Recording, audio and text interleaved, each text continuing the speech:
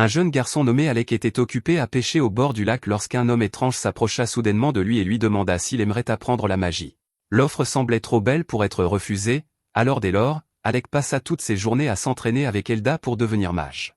Un jour, Elda enseignait à Alec comment utiliser la magie du feu au cas où il aurait besoin de protéger quelqu'un, et c'était un peu plus compliqué que ce à quoi Alec était habitué, mais il finit par comprendre. Il était un peu déçu d'avoir mis une journée entière à maîtriser la magie du feu, mais Elda lui rappela que la plupart des gens devaient étudier pendant un mois entier pour accomplir ce qu'il venait de faire en une seule journée, et qu'il pouvait donc être fier de lui. Alec voulait en apprendre davantage, alors il demanda à Elda de continuer à lui enseigner, mais celui-ci répondit qu'ils en avaient fait assez pour aujourd'hui et suggéra plutôt qu'ils aillent pêcher jusqu'à ce qu'il soit l'heure pour Alec de rentrer chez lui. Alec finit par accepter de faire une pause, mais il n'en est pas ravi, car il veut apprendre la magie le plus rapidement possible. Elda rit et dit à Alec qu'il a un talent incroyable pour la magie, et que même si Elda n'avait pas commencé à l'entraîner, il est sûr qu'Alec serait devenu un mage exceptionnel tout seul. Si tel est le cas, Alec demande alors pourquoi Elda s'est donné la peine de lui enseigner la magie, et Elda a ses raisons, mais avant qu'il n'ait pu expliquer quoi que ce soit, un poisson a mordu à l'hameçon et a commencé à tirer sur la ligne, alors lui et Alec ont immédiatement abandonné la conversation et ont essayé de le remonter de toute leur force. Le lendemain, l'entraînement d'Alec se poursuit, et cette fois, Elda lui a apporté un livre de magie à lire, mais pour Alec, c'est plus déroutant que lorsqu'ils ont commencé à ajouter des lettres aux mathématiques, et il lui faut donc un certain temps pour comprendre. Au cours des mois suivants, Elda prend le temps de lui expliquer toutes les formules magiques, et petit à petit, il finit par les comprendre. Cependant, au printemps de l'année suivante, alors que le moment était venu de commencer leur séance d'entraînement habituelle, Elda arrive avec une mauvaise nouvelle. Il dit qu'il doit bientôt quitter la capitale et qu'il ne pourra donc plus former Alec, mais avant de partir, il veut donner un conseil amical à son élève. Avec son talent, Alec pourrait facilement devenir magicien de la cour s'il le souhaitait, mais Elda lui dit que si quelqu'un lui proposait ce poste, il devrait le refuser immédiatement, car cela ne vaut pas la peine. Il se retourna alors pour partir, mais avant qu'il ne s'en aille, Alec avait une dernière question à lui poser: pourquoi Elda avait-il choisi de lui enseigner la magie? Elda expliqua qu'il l'avait fait parce que la mère d'Alec lui avait rendu un immense service de son vivant, et qu'il voulait lui rendre la pareille en s'occupant de son fils. Plusieurs années plus tard, Alec est désormais étudiant à l'Académie royale et vient de trouver un ancien annuaire de l'école. Il le feuillette et tombe sur la section consacrée à Elda. Comme prévu, Elda était le meilleur élève de sa promotion à l'époque et il est devenu magicien de la cour peu après, mais pour une raison quelconque, il a fini par être banni du royaume, ce qui explique probablement pourquoi il a été contraint de quitter Alec à l'époque. À ce moment-là, Alec décide que la meilleure chose à faire est de devenir magicien de la cour afin de changer l'opinion de la cour impériale et de pouvoir ainsi rembourser la gentillesse d'Elda, oubliant complètement que c'est exactement ce qu'Elda lui avait demandé de ne pas faire. Un peu plus tard, nous voyons Alec se faire bannir, tout comme Elda. Alec avait rejoint le groupe des héros, composé du prince héritier, Regulu, d'une magicienne nommée Leni et d'un chevalier nommé X, mais alors qu'ils étaient en pleine mission, Regulu lui annonce qu'il est renvoyé. Alec ne comprend pas pourquoi Regulu veut soudainement se débarrasser de lui, alors il lui explique qu'en tant que prince héritier, son travail consiste à être en première ligne avec son épée. Leni est censé repousser les ennemis avec sa magie, et X bloque les attaques ennemies pour le groupe, mais tout ce qu'Alec fait, c'est rester à l'arrière et lancer des sorts de soutien comme la défense ou l'amélioration. Alec tente de faire valoir qu'il a une raison importante pour agir ainsi, mais Regulu l'interrompt et lui dit que quelqu'un qui ne sait utiliser que la magie de soutien est trop pathétique pour faire partie du groupe de héros. Gardez à l'esprit qu'Alec n'a jamais voulu rejoindre ce groupe stupide, mais après être devenu magicien de la cour, le prince lui a ordonné de le faire et il ne pouvait pas refuser un ordre royal. Leni et X se joignent à eux et commencent à traiter Alec d'inutile, mais c'est le prince qui est vraiment inutile ici. Il a littéralement instauré une règle interdisant aux roturiers comme Alec de porter des armes, simplement parce qu'il ne veut pas que quelqu'un d'autre lui vole la vedette. Alec tente de lui expliquer qu'il pense qu'il est important que tous les membres du groupe soient armés et préparés en cas d'urgence, mais le prince n'a pas eu une seule pensée intelligente depuis des années, il ne tolère donc pas un libre penseur comme Alec. Il lui dit qu'il n'a plus besoin de lui et qu'il ferait mieux de rentrer chez lui. Alec se retrouve alors à remettre en question ses choix de vie, car il n'avait pas signé pour se faire insulter par un homme enfant ingrat. Jusqu'à présent, Alec avait déployé des efforts incroyables pour compenser la stupidité de Regulu, sans quoi celui-ci serait mort depuis longtemps, mais même après avoir été renvoyé, il voulait toujours aider autant que possible, alors il rédigea quelques schémas d'attaque de monstres et des stratégies à l'intention de Regulu pour sa prochaine incursion dans le donjon. Cependant, alors qu'il se rendait au château pour remettre la lettre, il a soudainement été arrêté à la porte par les gardes. Ils l'ont informé qu'il avait été déchu de son titre de mage de la cour et qu'il n'avait donc plus le droit d'entrer dans le château. C'est alors que Leni arrive, et elle est là uniquement pour se moquer de la situation malheureuse d'Alec, car elle l'a toujours détesté. Il a été couvert d'éloges lorsqu'il a obtenu son diplôme de l'Académie de magie et établi un nouveau record dans le donjon, et elle est jalouse de lui depuis le premier jour. Après s'être moquée de lui, elle se retourne pour partir, mais Alec la supplie de bien vouloir au moins remettre cette lettre au roi pour lui. C'est le roi Fergus qui lui a ordonné de rejoindre le groupe de Regulu, donc pour le bien de Regulu, il est important que le roi lise cette lettre. Cependant, le nid se moque éperdument de la stupide lettre d'Alec, alors elle la déchire en morceaux devant lui et ordonne aux gardes de le mettre dehors. Cela fait 4 ans qu'Alec a obtenu son diplôme et est devenu magicien de la cour, et il a fait de son mieux pour régler les problèmes de la cour impériale, mais au final, il n'a rien pu changer. À ce moment-là, Alec entend une voix familière l'appeler par son nom. Il se retourne et aperçoit Yora, une vieille amie, qui se tient là. Elle court vers lui pour le serrer dans ses bras lorsqu'elle réalise que c'est bien lui, puis il s'assoit près du canal pour discuter. Alec lui explique tout ce qui lui est arrivé depuis leur dernière rencontre, et elle s'écrie qu'elle ne supporte pas le royaume de Galdana, car les nobles ne cessent de discriminer les roturiers. Alec est d'accord avec elle, mais il lui demande de se calmer, car cela pourrait causer des problèmes si quelqu'un venait à entendre ses propos. Elle lui répond que ce n'est pas grave, car il n'y a personne d'autre dans les environs pour l'entendre. Concernant la situation actuelle d'Alec, elle se sent mal pour tout ce qu'il a dû endurer, mais elle est en réalité contente qu'il ait été expulsé du groupe du prince, car cela signifie que rien ne l'empêche désormais de rejoindre un nouveau groupe. Sur cette note, Yora demande à Alec s'il serait prêt à venir explorer des donjons avec son groupe. Alec lui demande si elle est vraiment d'accord pour recruter quelqu'un comme lui, mais elle sait mieux que quiconque qu'Alec est une bête en matière de magie, et qu'il n'y a donc personne d'autre aussi qualifié que lui. Entendre quelqu'un reconnaître enfin sa force fait monter les larmes aux yeux d'Alec, qui se lève et dit à Yora qu'il serait ravi de rejoindre son groupe. Le lendemain matin, les deux amis se mettent en route pour la ville de Fizizel, et Alec repense à ce qu'Elda lui a dit au sujet d'éviter la cour impériale et à quel point les choses auraient été plus faciles pour lui s'il avait simplement suivi son conseil, mais il ne peut plus rien changer au cours des événements. Pendant ce temps, dans la capitale, Regulu vient d'apprendre qu'Alec a quitté la ville et le traite de piètre mage. Il n'avait forcé Alec à rejoindre son groupe que parce que tout le monde le considérait comme un prodige de la magie, mais il détestait avoir un roturier dans son équipe, il est donc ravi de s'être débarrassé de lui. Le nid ajoute qu'ils peuvent désormais trouver un remplaçant issu d'une lignée noble et que, sans un imbécile incompétent comme Alec pour les ralentir, Regulu deviendra célèbre pour avoir terminé un donjon plus rapidement que quiconque. Quelques jours plus tard, Alec et Yora arrivent dans la ville de Fizizel, et elle commence à lui raconter à quel point cet endroit est merveilleux, car il ne fait aucune discrimination envers les roturiers et constitue le point de départ idéal pour un groupe d'aventuriers. Cela dit, Yora se souvient qu'ils doivent encore inscrire Alec comme aventurier, alors elle l'emmène à la guilde pour qu'il puisse commencer. Malheureusement, lorsqu'ils entrent, la réceptionniste informe Alec qu'il ne remplit pas les conditions requises, il faut une licence spéciale pour dépasser le niveau 30 dans un donjon, et il faut être inscrit à la guilde depuis au moins 2 ans pour pouvoir obtenir cette licence. Alec ne pourra donc pas l'obtenir avant un certain temps.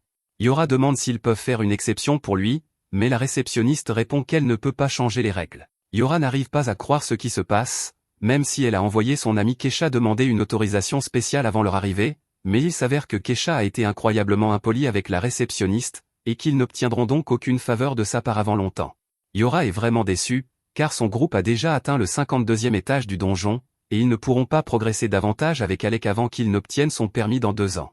Elle se rend compte qu'il ne sert à rien de se plaindre maintenant, alors elle dit qu'il devrait simplement se concentrer sur les endroits où Alec est autorisé à aller en attendant. Il n'a pas besoin de laisser passer pour accéder aux zones au-dessus du niveau 30, ils ont donc encore beaucoup à explorer en tant que groupe, et elle veut qu'il profite de son séjour ici. Plus tard dans la journée, Alec et Yora se rendent dans l'un des donjons et sont actuellement confrontés à un essaim de frelons rouges. Yora lui lance un sort d'amélioration afin qu'il puisse éliminer quelques frelons, mais cela ne fait qu'une petite brèche dans leur rang. Elle ne comprend pas pourquoi les choses sont devenues si difficiles si rapidement, car le niveau 2 n'avait jamais été aussi difficile à franchir auparavant, mais Alec pense que quelque chose a dû arriver au nid de frelons, ce qui explique pourquoi ils sont tous dans un état de frénésie en ce moment. Yora érige un bouclier défensif et charge les sèmes, mais Alec lui conseille de rester en retrait, car il serait beaucoup plus sûr de maintenir leur position et d'éliminer les frelons un par un. Yora lui crie qu'il doit se souvenir de ce qu'il était avant de devenir magicien de la cour, à l'époque, un essaim de frelons comme celui-ci n'aurait pas fait le poids face à lui. Il réalise maintenant qu'il n'a plus besoin de se retenir pour éviter de blesser l'ego du prince, et qu'il est donc libre d'utiliser autant de magie qu'il le souhaite. Il cesse de se retenir et utilise une magie d'attaque pour brûler quelques frelons. Une fois qu'il a rejoint Yora, il utilise un sort de foudre à large portée pour carboniser les insectes restants. Cependant, alors que la bataille semblait terminée, un ver de terre géant émerge du sol et attrape Yora. Cette créature doit être la raison pour laquelle les frelons se comportaient de manière si étrange auparavant, et elle va certainement dévorer Yora s'il ne fait pas quelque chose rapidement. Il doit donc agir vite. Il a un plan en tête, mais pour s'assurer qu'il fonctionnera, il lui demande si sa magie défensive est toujours aussi puissante qu'à l'époque où ils étaient à l'académie.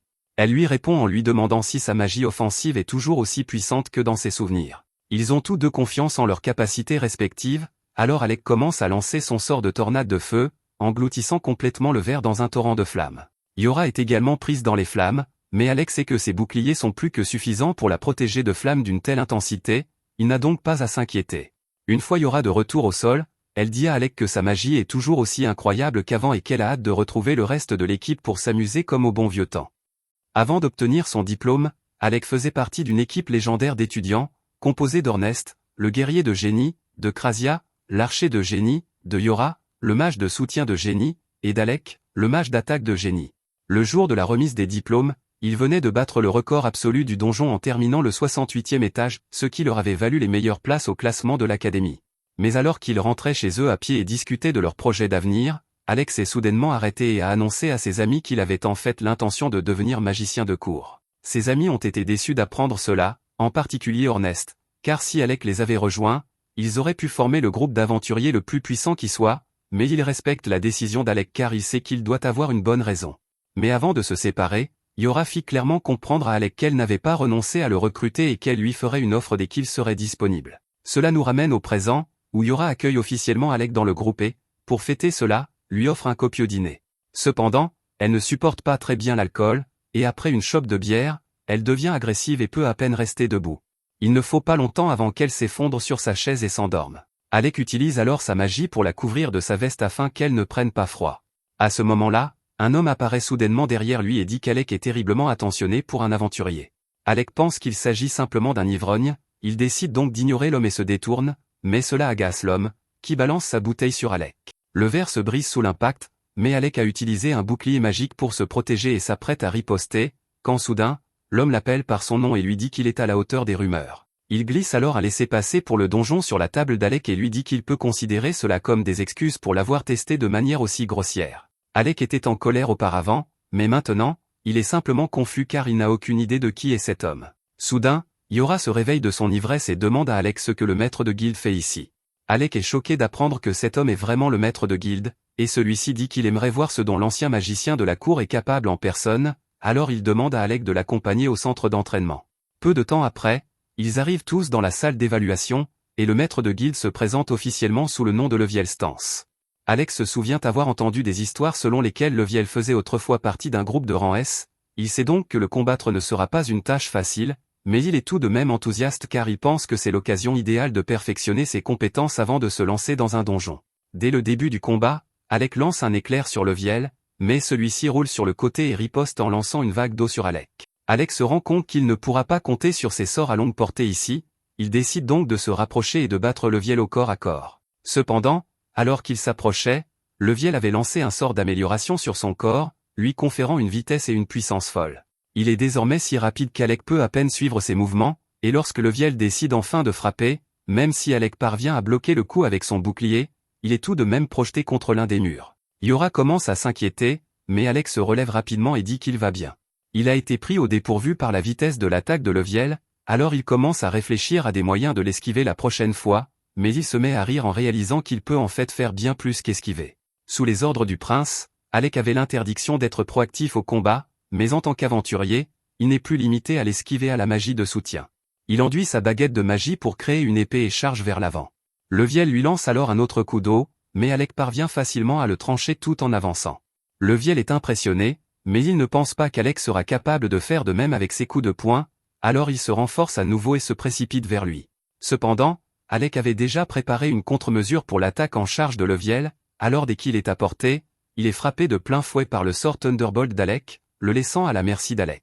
Leviel est étonné qu'Alec ait réussi à le toucher, et il comprend pourquoi Yora le félicite si souvent, mais ce test est loin d'être terminé. Leviel active son artefact ancien, formant de grands gantelets autour de ses bras, et un seul coup de poing de ses bébés suffit à laisser un énorme cratère dans le sol.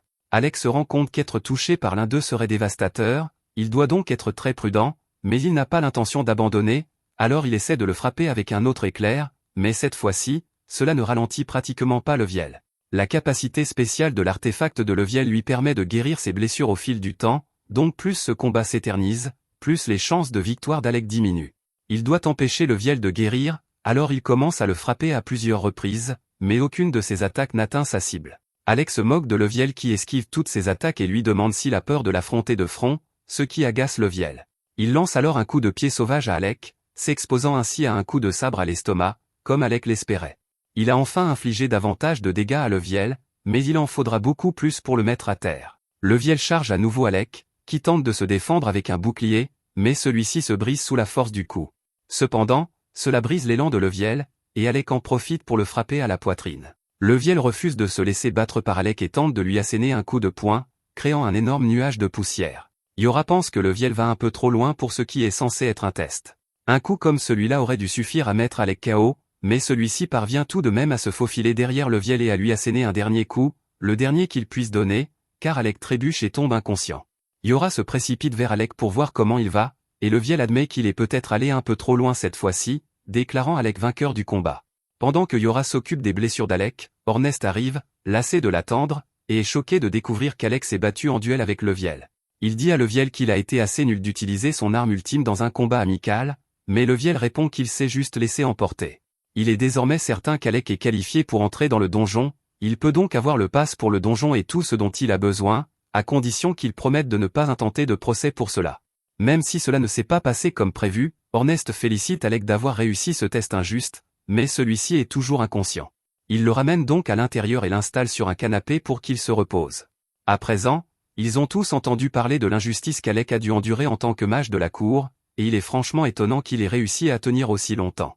Le château est rempli d'idiots élitistes qui ne supportent pas la vue des roturiers, Alec a donc dû travailler incroyablement dur pour conserver sa position. À ce moment-là, la réceptionniste fait irruption à la recherche du maître de guilde et lui annonce qu'elle a de mauvaises nouvelles. Leviel dit alors aux autres qu'il a des affaires à régler et les laisse dans son bureau pour s'occuper d'Alec, mais il leur demande de ne surtout pas toucher à sa collection d'alcool. Dès que Leviel est parti, Ornest se dirige immédiatement vers sa collection d'alcool et prend la bouteille qui semble la plus chère, juste pour énerver Leviel plus tard. Il demande ensuite à Yora de lui raconter en détail le passé d'Alec en tant que mage de la cour, car il n'en a entendu parler que vaguement jusqu'à présent, et il y a beaucoup à dire. Alec était chargé de protéger le prince, mais il lui était également interdit de porter une épée ou d'utiliser une magie qui le ferait paraître plus fort que le prince. En plus de cela, il était également obligé de porter leurs bagages et de gérer les affaires du groupe, et pire encore, après avoir forcé Alec à n'utiliser que de la magie de soutien, le prince le traitait d'inutile parce qu'il n'utilisait que de la magie de soutien. Ornest est un peu perplexe à propos de cette dernière partie, car il pensait que la spécialité d'Alec était la magie d'attaque. Yora lui explique alors qu'Alec s'est donné beaucoup de mal pour apprendre la magie de soutien afin d'apaiser le prince, même s'il n'était pas doué pour cela. Après avoir appris tout ce que le prince a fait subir à Alec, Ornest est fou de rage, et dès qu'Alec se réveille, il suggère de suspendre l'assaut du donjon et de se rendre au royaume pour tabasser ce maudit prince qui a fait souffrir Alec. Alec dit à Ornest de se calmer car, même s'il est bouleversé par la façon dont il a été traité, il n'est pas assez en colère pour aller mutiler le prince. Cependant, Ornest est plus que disposé à le faire à la place d'Alec s'il le souhaite. Alec pose sa main sur l'épaule d'Ornest et lui dit qu'il n'a vraiment pas à s'inquiéter, car tant qu'il peut partir à l'aventure avec ses amis, rien d'autre ne lui importe. De plus, il est sûr que le karma va frapper le prince de plein fouet maintenant que personne n'est là pour réparer ses erreurs. En entendant cela, Ornest a une excellente idée. Il dit donc à Alec qu'ils doivent simplement devenir les plus grands aventuriers du monde, et qu'une fois que la nouvelle parviendra au château, le prince regrettera certainement d'avoir chassé Alec. Et lorsqu'il commencera à supplier Alec de revenir, celui-ci aura l'occasion de le regarder droit dans les yeux et de le rejeter avec autant d'insultes qu'il le souhaite. Alec admet que cela lui plaît, alors il tape dans la main d'Ornest, promettant qu'ils deviendront ensemble le groupe le plus fort. Pendant ce temps, dans l'autre pièce, une membre d'un groupe de rang S se fait penser tandis qu'elle raconte au maître de la guilde tout ce qui s'est passé pendant sa mission. La mission a été un échec total et le reste de ses coéquipiers est toujours coincé dans le donjon. Krista demande donc à Leviel de former une équipe de secours pour les secourir. Leviel convoque une réunion générale, mais compte tenu du peu de temps disponible, les seules personnes présentes sont celles qui se trouvaient déjà à la guilde. Il annonce à tout le monde qu'ils vont former une équipe pour secourir les membres du groupe de Krista qui sont actuellement coincés au niveau 64 du donjon. Tous les aventuriers échangent des regards inquiets, car ils savent tous à quel point cet étage est dangereux, mais pendant que la réunion se déroule, Alec est toujours assis seul dans le bureau du maître de guilde. Lorsque Krasia arrive, elle trouve Alec tout seul et lui demande comment il va, mais à en juger par toutes les blessures qu'il a actuellement, il ne va manifestement pas très bien. Elle lui demande ce qu'il fait ici alors qu'ils ont une réunion à laquelle assister, mais Alec répond qu'il ne voulait pas s'imposer, car tous les participants à la réunion sont des aventuriers de rang et qu'ils se considèrent toujours comme un étranger par rapport à eux. Krasia lève la main et utilise la magie de restauration pour soigner Alec, puis elle lui dit qu'il devrait savoir que personne ici ne le considère comme un étranger. Lorsqu'il était magicien à la cour, Alec avait inconsciemment développé le trait de caractère de ne jamais se démarquer ni s'exprimer, car il risquait d'offenser les nobles prétentieux. Même s'il sait que les choses sont différentes ici, il n'est pas facile de changer du jour au lendemain des habitudes acquises depuis 4 ans. Krasia voit bien qu'Alec traverse une période difficile, alors elle lui tapote la tête et lui dit qu'elle est toujours là s'il a besoin d'aide, ce qui le réconforte beaucoup. Quelques instants plus tard, Ornest et Yora reviennent, et Ornest annonce à Alec qu'ils viennent de trouver l'excuse parfaite pour se rendre dans le donjon. Il explique les détails à Alec et lui dit que l'endroit où ils se rendent s'appelle le Tank Killer. Ce surnom lui a été donné parce qu'à l'intérieur, toutes les formes de magie de guérison sont complètement inutiles, et que l'on ne peut compter que sur des potions pour se soigner. Alec est surpris que Krasia accepte cette mission, car la magie de guérison est l'une de ses spécialités, mais en réalité, elle déteste l'idée d'y aller, elle a simplement été forcée d'accepter parce qu'Ornest a insisté en disant que ce serait une bonne mission pour débuter pour l'équipe. Alec craint un peu de ne pas être assez fort pour être utile, mais Yora lui dit qu'il est le pilier de l'opération. Toute leur opération reposera sur la magie d'Alec, il ne pourrait donc littéralement pas la mener à bien sans lui. L'objectif est d'atteindre le groupe bloqué au 64e étage. S'ils devaient descendre par la voie normale, ils n'y arriveraient jamais à temps, mais heureusement, ils ont ceci. Le maître de guilde leur a donné un noyau de donjon, un objet qui permet d'éviter les combats contre les boss jusqu'à l'étage où il a été trouvé. C'est celui que Krista a rapporté avec elle, ils devraient donc pouvoir l'utiliser pour se frayer un chemin jusqu'au 64e étage assez facilement, mais ils doivent tout de même rester prudents. Le boss du niveau 64 serait un monstre mort-vivant, ils compteront donc sur la magie d'attaque d'Alec pour le vaincre. À cette fin, ils demandent tous à Alec de conserver son énergie autant que possible jusqu'à ce qu'ils affrontent le boss mort-vivant, mais ils demandent s'il est vraiment acceptable qu'il reste en retrait pendant la majeure partie du combat. Ornest lui répond que c'est la meilleure solution, car ils ne peuvent pas risquer qu'Alec soit à court d'énergie pendant le combat décisif. Le groupe se téléporte au 64e étage et, dès leur arrivée, ils sont confrontés à un groupe de squelettes. Ornest se précipite alors en avant et commence à les éliminer avec sa lance. Yora demande à Ornest de l'attendre, car elle doit rester à proximité pour lui lancer un sort de défense, mais vu la tournure que prennent les événements, il n'en aura probablement pas besoin. Alec et Krasia traversent lentement le donjon, et il mentionne à quel point il a été surpris d'apprendre qu'Ornest possède un artefact similaire à celui de Levio. Krasia explique qu'il s'agit simplement d'une lance enchantée pour être tranchante et incassable, mais que c'est tout ce dont quelqu'un comme Ornest a vraiment besoin. Comme Ornest s'occupe de tout seul, Alec commence à s'ennuyer et lui demande s'il a besoin d'aide, mais Ornest refuse et répond qu'il doit s'occuper seul de tous les faudés. Alec et Krasia continuent d'avancer, mais soudain, Alec sent que quelque chose tente de s'approcher furtivement de lui. Il se retourne instinctivement et lance un éclair dans cette direction. Les autres s'arrêtent et demandent à Alec ce qui ne va pas. Il leur explique qu'il a senti quelque chose derrière lui à l'instant. Ornest fait confiance à son jugement et demande à Alec s'il peut déterminer de quoi il s'agit et où cela se trouve. Alec ne voit rien, mais ses sens lui disent que c'est juste devant lui, alors il crée un monosaure et frappe. Son épée touche le corps de la créature, révélant qu'il s'agit d'une faucheuse, et Ornest applaudit Alec, car il semble que ses sens soient toujours aussi affûtés. La façon dont Ornest s'est exprimé laisse penser à Alec qu'il devait être au courant de la présence de la faucheuse, mais pour défendre Ornest, même s'il savait qu'il y avait des monstres invisibles à ce niveau, il ne savait pas comment les combattre. Alors il a pensé que ce serait une bonne idée de laisser Alec trouver la solution par lui-même afin de renforcer un peu sa confiance. La reconnaissance et la confiance sont deux choses qu'Alec n'a jamais reçues lorsqu'il travaillait comme mage de la cour, il est donc heureux de savoir que ses coéquipiers ont autant confiance en lui, mais, alors qu'il élimine la faucheuse, il crie que cela ne justifie pas pour autant ce qu'Ornest a fait. Krasia et Yora étaient également au courant de l'existence des ennemis invisibles et n'en ont pas parlé à Alec. Il s'excuse, mais comme c'était l'idée d'Ornest au départ, Krasia dit à Alec de diriger sa colère vers lui. Alec dit à Ornest qu'ils auront une longue discussion à ce sujet une fois rentrés, mais qu'ils doivent d'abord terminer leur mission. Le groupe s'enfonce donc plus profondément dans le donjon. Plus loin, il tombe sur une horde de squelettes encore plus grande que la précédente, et Ornest est tout excité, car cela promet d'être un défi intéressant. Yora lui rappelle qu'ils sont là pour une mission de sauvetage et qu'il n'y a donc pas lieu d'en faire trop, mais Ornest n'aime rien de plus qu'un bon combat. Il demande à tout le monde de reculer pour qu'il puisse s'en occuper seul, mais Alec refuse de le laisser partir seul, alors il se joint au combat tandis que Yora leur lance un sort d'amélioration. Cependant, alors qu'ils parviennent tous deux à éliminer facilement les squelettes auxquels ils font face, Ils oublient que Yora est nulle en combat et la laissent complètement sans défense. Heureusement, Krasia est là pour la sauver, mais Alec ne veut pas prendre un autre risque comme celui-là, alors il demande à tout le monde de se mettre derrière lui pour qu'il puisse en finir. Ils font tout ce qu'il dit, et Alec commence à lancer un sort de foudre à large portée. Maintenant que la voie est libre, ils peuvent continuer à progresser dans le donjon, mais avant de partir, Ornest a une question à poser à Alec. Bien sûr, tout s'est bien passé jusqu'à présent, mais il commence à se demander pourquoi Alec utilise autant le sort de foudre. Quand ils étaient à l'école ensemble, Alec utilisait toutes sortes de sorts sympas pour se battre, alors il veut savoir ce qui a provoqué ce changement. Alec repense à toutes les fois où le prince s'est précipité imprudemment dans le donjon sans réfléchir, le laissant nettoyer ses dégâts, et à un moment donné, Alec a dû se rabattre sur l'utilisation de la foudre, car c'était le sort le plus rapide à activer. À ce moment-là, ils entendent tous un bruit terrifiant provenant des profondeurs du donjon, et Yora est certaine qu'il s'agit du boss de l'étage. Ils doivent s'y rendre le plus vite possible, alors ils décident tous de laisser Ornest courir devant, car c'est le plus rapide d'entre eux.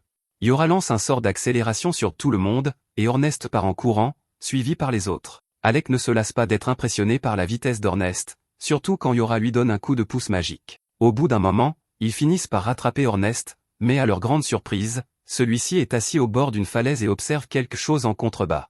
Alec regarde en bas et voit un homme poursuivi par les 4 boss, qui supplie Ornest de le sauver, mais Ornest ne semble pas particulièrement intéressé à l'aider. Alec demande ce qui se passe, et Ornest explique que cet homme est vraiment ennuyeux.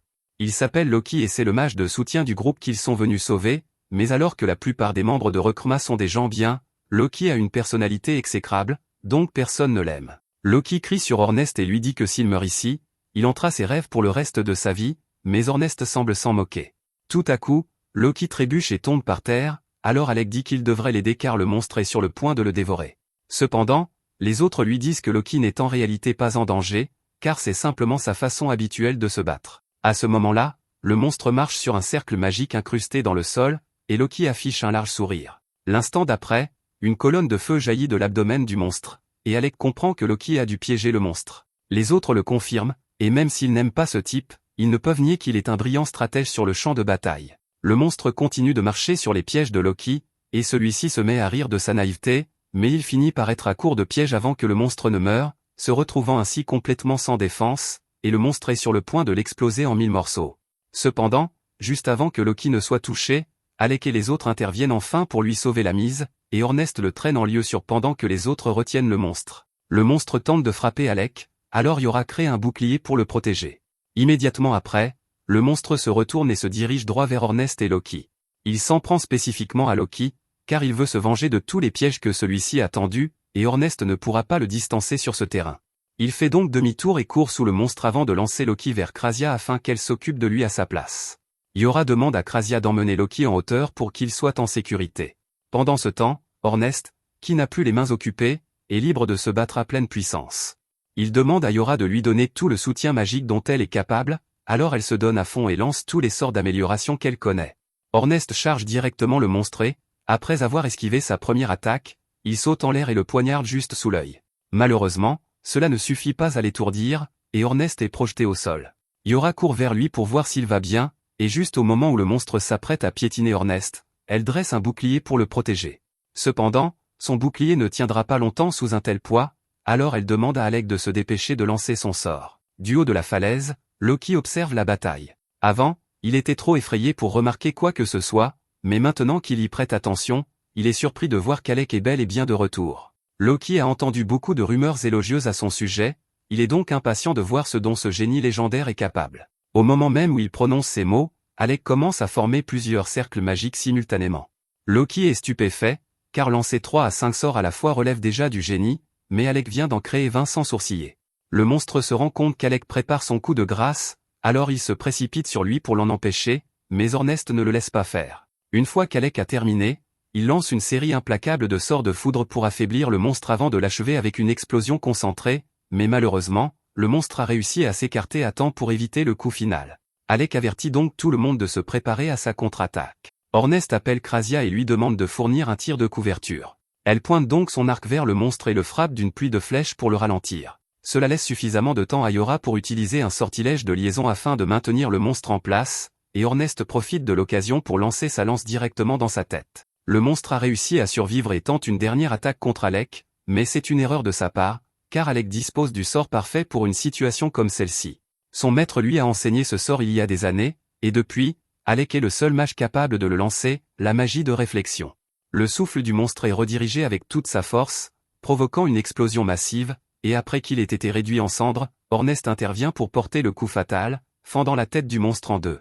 Une fois la bataille terminée, Loki s'approche pour féliciter tout le monde pour leur excellent travail. Il a été particulièrement impressionné par la performance d'Alec et dit avoir beaucoup entendu parler de lui, des exploits impressionnants du mage de la cour, comme lorsqu'il a vaincu une hydre d'un seul sort. Alec est reconnaissant pour ses éloges, mais il informe Loki qu'il n'est en fait plus mage de la cour. Loki est choqué d'apprendre cela, car les responsables de la cour royale devraient être idiots pour licencier quelqu'un d'aussi talentueux qu'Alec. Il est reconnaissant à Alec et aux autres de lui être venus en aide, mais pour l'instant, le reste de son équipe est probablement encore occupé à combattre le boss du niveau, plus coriace. Tout le monde est choqué d'apprendre qu'il y a un deuxième boss de niveau, alors Loki explique qu'il y avait plus d'un boss de niveau lorsque son groupe est arrivé ici. Il ne pouvait pas s'occuper des deux en même temps, alors Loki avait pour mission d'attirer l'attention de celui qui avait le QI le plus bas et de le tenir à distance afin que le reste de son équipe puisse s'occuper de l'autre boss. C'était un chevalier en armure noire, mais comme cet étage est rempli de morts vivants, il s'agit peut-être simplement d'une armure possédée. Si c'est le cas, les attaques physiques ne lui feront pas beaucoup de dégâts, donc leur meilleure chance de le vaincre sera la magie d'Alec. Loki tend à Alec un artefact en forme de croix, car il a remarqué qu'Alec sait se défendre au corps à corps, puisqu'il se présente souvent comme la plus grande menace et la cible la plus facile à éliminer pour tromper l'ennemi. Alec est surpris que Loki ait pu déterminer tout cela en le regardant se battre pendant quelques minutes, mais en tant que stratège, c'est le travail de Loki d'être perspicace. Il dit à Alec que l'artefact qu'il tient dans sa main s'appelle Choir, et qu'il peut l'avoir gratuitement à une condition. Krasia et Ornest n'aiment pas cette idée, car Loki ne donnerait pas quelque chose d'aussi précieux sans une contrepartie importante. Loki répond que ce n'est rien de grave, il veut juste qu'il n'utilise aucune magie lorsqu'ils affronteront le deuxième boss. Les autres disent à Loki qu'il est fou d'attendre d'un mage qu'il se batte sans magie, mais Loki leur répond qu'il a tout prévu. Il explique que la ruse et la tromperie sont son pain quotidien, et que comme ce chevalier de la mort s'attend probablement à ce qu'ils attaquent avec de la magie, faire le contraire le prendra certainement au dépourvu. Au fait, vous vous souvenez du prince qui a renvoyé Alec? Le voici maintenant. Lui et les autres sont actuellement poursuivis dans un donjon par deux monstres chenilles, et le prince ne comprend pas comment cela a pu arriver, car il n'a jamais eu de problème avec ce genre de monstre auparavant. Il ordonne à Lenny d'utiliser la magie pour les éliminer immédiatement, et elle essaie de le faire, mais pour une raison quelconque, sa magie ne fonctionne pas pour le moment. Le prince la traite d'inutile et décide qu'il va devoir éliminer les monstres lui-même, mais lorsqu'il se retourne et tente d'en frapper un, sa lame rebondit, et c'est à ce moment-là qu'il se rend compte qu'il est peut-être lessivé. Lenny et le chevalier relèvent le prince après qu'il ait été mis à terre et se mettent à courir vers la sortie. Pendant tout ce temps, le prince essaie de comprendre ce qui a bien pu se passer. Ses coups étaient autrefois beaucoup plus puissants, et maintenant qu'il y pense, il se rend compte que sa perte de force s'est produite juste au moment où il a expulsé Alec de l'équipe. Cependant, au lieu d'accepter le fait qu'Alec contribuait réellement à l'équipe, le prince en arrive à la conclusion qu'Alec a dû lui jeter un sort pour se venger. Après s'être échappé du donjon, le prince va voir l'un des magiciens royaux, Vaughan Forneux, pour vérifier s'il a été victime d'un sortilège. Après un bref scan magique, Vaughan lui dit qu'il n'y a pas de sortilège. Le prince n'arrive pas à y croire, car il n'aurait jamais pu franchir le 30e étage si Alec ne l'avait pas maudit, mais Vaughan sait qu'il y a un champ anti-magie au 30e étage, il explique donc au prince qu'il s'est probablement senti plus faible parce que sa magie de soutien ne fonctionnait pas. Le prince ricane et dit que toute magie de soutien est inutile et que seuls des lâches comme Alec s'en servent. Vaughan fait de son mieux pour rester calme face aux absurdités que débite le prince. Cependant, il trouve étrange qu'Alec n'ait pas prévenu le prince à l'avance de la présence du champ anti-magie, car c'est lui le légendaire élève qui est arrivé jusqu'au 68e étage. Le prince rit et dit à Vaughan qu'il est impossible qu'un idiot comme Alec ait réellement accompli une telle chose, et que ce n'est probablement qu'une rumeur répandue par les roturiers. Vaughan ne prend même pas la peine de corriger le prince, car il n'y a pas de remède à l'arrogance stupide, mais soudain, un garde entre dans la pièce pour informer le prince que le roi souhaite lui parler de la situation avec Alec. Le prince sourit, pensant que son père sera de son côté, mais dès son arrivée, le roi commence à lui raconter une histoire à propos d'Elda. Il explique qu'Elda était un magicien de la cour qu'il avait banni il y a des années, et qu'il était un imbécile incroyable. Elda était un noble qui avait eu l'audace de se présenter devant lui, le roi de Kaldana, et de lui dire que s'il ne changeait pas la façon dont les roturiers et les magiciens de la cour étaient traités, une grande tragédie s'abattrait sur la nation dans un avenir proche. Le prince prend la parole et dit que les anciens méritent d'être bannis, car un noble ne devrait pas s'adresser au roi de cette manière, mais ce n'est pas pour cela que le roi l'a traité d'imbécile. Après avoir été banni, Elda fut dépouillé de son titre de noblesse et décida de fréquenter l'académie de magie, où il fit taire ses détracteurs grâce à ses talents exceptionnels et obtint son diplôme avec les honneurs. Cependant, alors qu'il aurait pu choisir de faire n'importe quoi avec sa renommée et son pouvoir, il choisit bêtement de retourner au château et de travailler comme magicien de la cour. Pendant son mandat de magicien de la cour, il continua à dire au roi que les roturiers n'étaient pas sans valeur et qu'il devait changer la façon dont il les traitait, jusqu'à ce qu'ils finissent par disparaître un an plus tard. Le roi n'avait pas accordé beaucoup d'importance aux paroles d'Elda à l'époque, mais récemment, il avait commencé à se demander si les anciens n'avaient pas raison, c'est pourquoi il avait ordonné au prince d'explorer le donjon. Il voulait voir si les nobles étaient vraiment intrinsèquement meilleurs que les roturiers, mais compte tenu de l'état du prince, il semble qu'il se soit trompé. Il dit qu'il est peut-être temps de changer leur politique de discrimination à l'égard des roturiers, et qu'à partir de maintenant, il prévoit d'embaucher ceux qui ont du talent, quelle que soit leur origine. Le prince est stupéfait et dit à son père que ce serait une honte pour leur nom de famille s'ils acceptaient les roturiers comme leurs égaux, et le roi reconnaît que c'est lui qui a élevé le prince dans cette croyance, mais que les choses doivent changer. Le prince tente de faire valoir que fréquenter des roturiers comme Alec ne peut mener qu'au malheur, et il utilise sa situation actuelle comme preuve, mais soudain, un garde s'approche et présente à Regulus ce qui reste du livre écrit par Alec. Le roi explique qu'avant de partir, Alec avait rédigé un guide complet sur la façon de terminer le 30e étage du donjon pour Regulus, mais que le Nil avait déchiré avant qu'il n'ait pu le voir. Le prince n'en croit pas ses oreilles, alors il dit à son père qu'il ne se sent pas bien et s'excuse. Alors que Regulus s'en va, le roi s'adresse à Vogan et lui dit que même si cela peut être difficile, il lui serait reconnaissant d'aider Regulus autant que possible, et Vogan promet de faire de son mieux. Pendant ce temps, Regulus est en pleine crise mentale, car si Alec était vraiment aussi compétent et talentueux que cela signifie qu'il était le problème depuis le début, et il ne peut pas l'accepter. De son côté, Alec demande à Loki de lui expliquer pourquoi il ne veut pas qu'il utilise la magie contre le boss.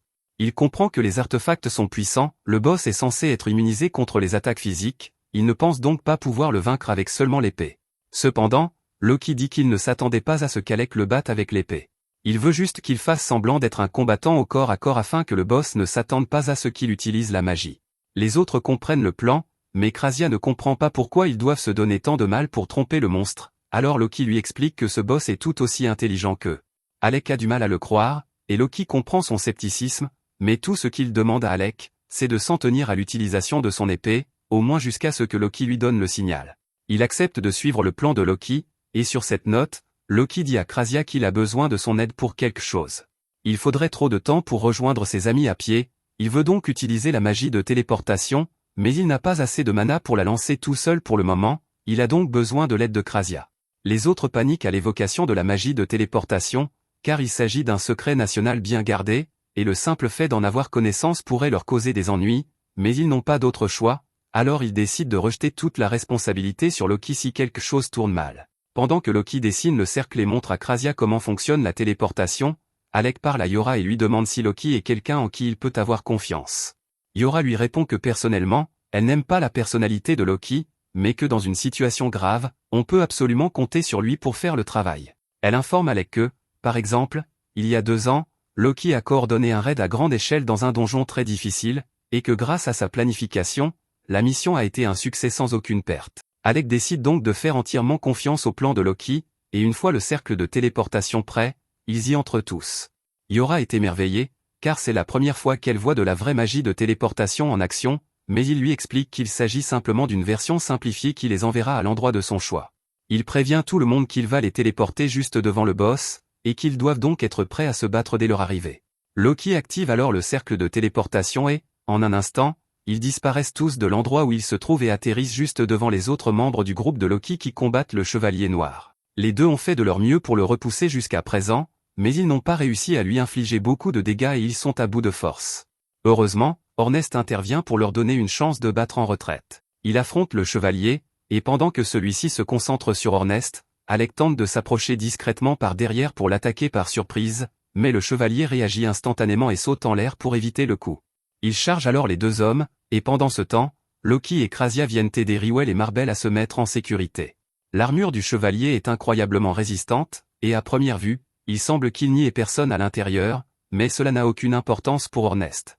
Il court vers le Chevalier pour l'attaquer, et celui-ci tente de sauter par-dessus lui, mais Ornest avait déjà prévu cela, alors il cloue sa cape au sol, donnant à Alec l'occasion parfaite de trancher la tête du Chevalier. Alors que le casque métallique s'écrase au sol, Alec se demande si cela a vraiment suffi pour vaincre le monstre, mais les choses ne sont jamais aussi simples dans ce genre de situation. Le chevalier recommence soudainement à bouger, des dizaines de tentacules effrayants jaillissant de son cou. Il est clair qu'il s'agit d'un cavalier sans tête mort-vivant, et que le monstre qu'ils ont tué plus tôt devait être sa monture. Alec est désorienté et réfléchit un instant, et lorsqu'il reprend ses esprits, il aperçoit le Dullahan dans les airs au-dessus de lui, prêt à frapper. Il lève son épée pour se défendre, mais il parvient à peine à bloquer son attaque. Il est beaucoup plus fort et plus rapide qu'auparavant, et Alec comprend qu'il devait se retenir auparavant, ce qui signifie que le combat va devenir plus difficile à partir de maintenant, mais heureusement, il n'aura pas à y faire face seul. Pendant qu'Alec affrontait le chevalier, Yora lançait des sorts de renforcement sur Ornest, et une fois prêt, il se jeta en avant et frappa le chevalier de toutes ses forces, donnant à Alec une chance de le repousser. Alec n'en revient pas de la résistance de l'armure de cette créature. Si son épée n'était pas un artefact, elle aurait depuis longtemps volé en éclats sous la force des coups du chevalier. Sans compter que, comme le chevalier est un mort-vivant, peu importe le nombre de coups qu'il reçoit, il se régénère toujours et se relève. À ce propos, le chevalier parvient à ramasser sa tête et à la rattacher à son corps avant de pousser un cri perçant qui désoriente tout le monde. Il cible ensuite Alec et lui assène un coup de pied aussi fort que possible, le projetant en arrière à une vitesse fulgurante, mais heureusement, avant qu'il ne heurte le mur, Yora parvient à utiliser une barrière pour amortir le choc. Elle court vers lui pour vérifier qu'il va bien, et il lui répond qu'il va bien, il ne s'attendait simplement pas à ce que le chevalier soit aussi doué en arts martiaux. Si Yora ne l'avait pas sauvé avec cette barrière, il y a de fortes chances qu'il soit mort à l'instant, alors il demande à Loki combien de temps il doit encore continuer à se battre avec l'épée. Loki est encore en train de se préparer, il dit donc à Alec qu'il va devoir tenir encore 5 minutes. C'est facile à dire, mais il a failli mourir à cause de cette chose à l'instant, et il ne lui reste plus que 3 potions. Ornest tient à peine le coup en ce moment, il crie donc à Alec de revenir dans la partie, et les deux font de leur mieux pour occuper le chevalier pendant les prochaines minutes. Finalement, les 5 minutes de préparation de Loki sont écoulées, alors il active un cercle magique géant et se met à rire. Voyant cela, le chevalier panique et charge directement Loki, lui tailla dans la poitrine, mais c'est exactement ce que Loki voulait. On découvre alors que tout cela n'était qu'une illusion et que le cercle magique géant n'était qu'un stratagème pour attirer le chevalier dans un piège. À ce moment-là, de la glace commence à se former sous les pieds du chevalier tandis que le vrai Loki observe depuis le sommet de la tour. Ornest marche alors sur un piège de téléportation mis en place par Loki et Krasia, et il est envoyé juste derrière le chevalier, ce qui lui permet de le pousser en avant juste avant que Marbel ne saute de l'arche avec un coup au-dessus de la tête.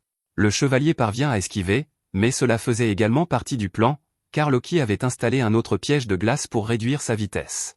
Le chevalier se rend compte que Loki est à l'origine de tous ces pièges, alors il grimpe sur la tour pour l'éliminer. Loki sort une lame magique pour le repousser, mais Riwell s'inquiète car Loki n'est pas assez fort pour affronter le chevalier seul. Il s'est préparé en demandant à Yora de lui conférer une force cette fois supérieure, mais son corps n'est pas habitué à ce genre d'effort, et il parvient à peine à tenir le coup. Pendant que Loki occupe le chevalier, Yora jette un sort de contrainte pour l'immobiliser, mais le chevalier parvient tout de même à frapper Loki, le faisant tomber de l'arche et s'écraser au sol. Cependant, Loki ne montre aucune inquiétude, car tout s'est déroulé exactement comme il l'avait prévu. Alors qu'il tombe, il dit à Alec que le décor est planté et qu'il est temps pour lui de terminer le travail. Alec commence à lancer une multitude de cercles magiques tout autour du chevalier, et Loki est impressionné car c'est encore plus que ce qu'il a utilisé contre l'autre boss. Cependant, après tous les combats qu'Alec a déjà menés, son corps commence à céder sous le stress nécessaire pour maintenir une magie aussi complexe. Il fait de son mieux pour rester fort et se remet sur pied afin de pouvoir lancer le sort d'accélération Thunderbolt, mais bien que celui-ci inflige beaucoup de dégâts, le chevalier est toujours capable de bouger et commence à se libérer de la magie contraignante que Yora a utilisée sur lui. Elle fait de son mieux pour le garder sous contrôle, mais à ce rythme, le chevalier va s'échapper d'une minute à l'autre, alors elle dit à Alec de se dépêcher et d'en finir. Cependant, c'est beaucoup plus facile à dire qu'à faire, car le corps d'Alec est sur le point de lâcher.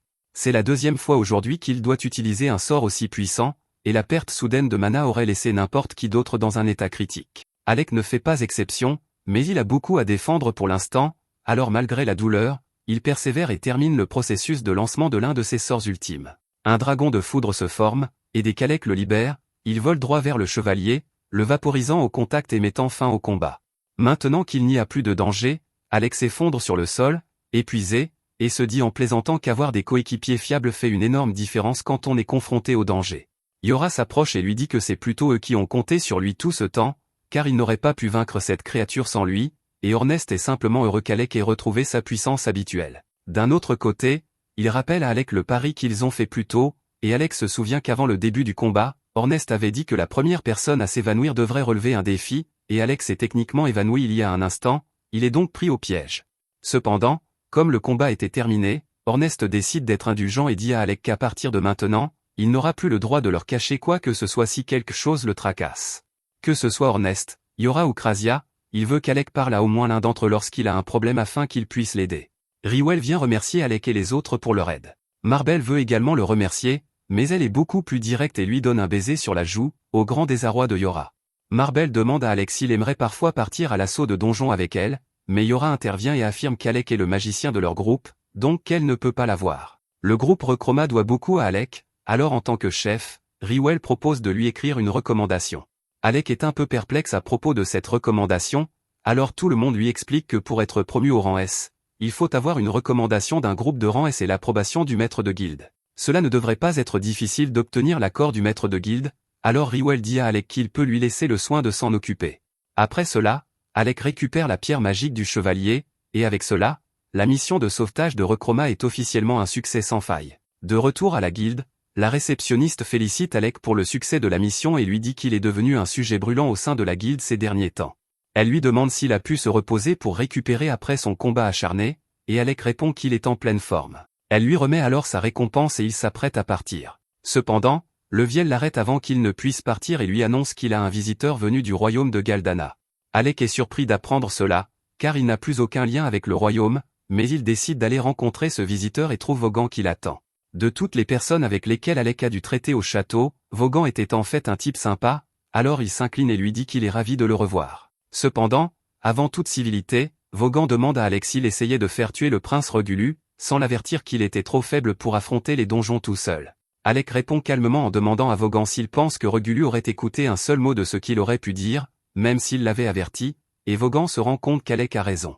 Il déteste néanmoins le fait d'avoir été coincé avec ce boulot minable après le licenciement d'Alec, car cela lui fait perdre un temps précieux. Alec demande si cela signifie que Vaughan a été désigné comme magicien remplaçant pour le groupe de Regulu, mais Vaughan répond qu'il ne peut plus vraiment se considérer comme un magicien, car il est plutôt une sorte de babysitter glorifié. Après le départ d'Alec, Regulu a tenté de s'attaquer seul au 30e étage du donjon, mais il a été gravement blessé. Vaughan espérait faire la leçon à Regulu et l'aider à tirer les leçons de son échec, mais au lieu de cela, Regulu a refusé d'accepter sa responsabilité et a exigé que Vaughan l'escorte jusqu'ici afin qu'il puisse affronter Alec. Alec demande si cela signifie que Regulu se trouve actuellement dans la ville, et Vaughan le confirme, précisant qu'il se trouve dans l'arène d'entraînement souterraine au moment où il parle. Alec ne s'attendait pas à devoir à nouveau faire face à Regulu, mais il pense que c'est une bonne occasion de régler définitivement leur compte.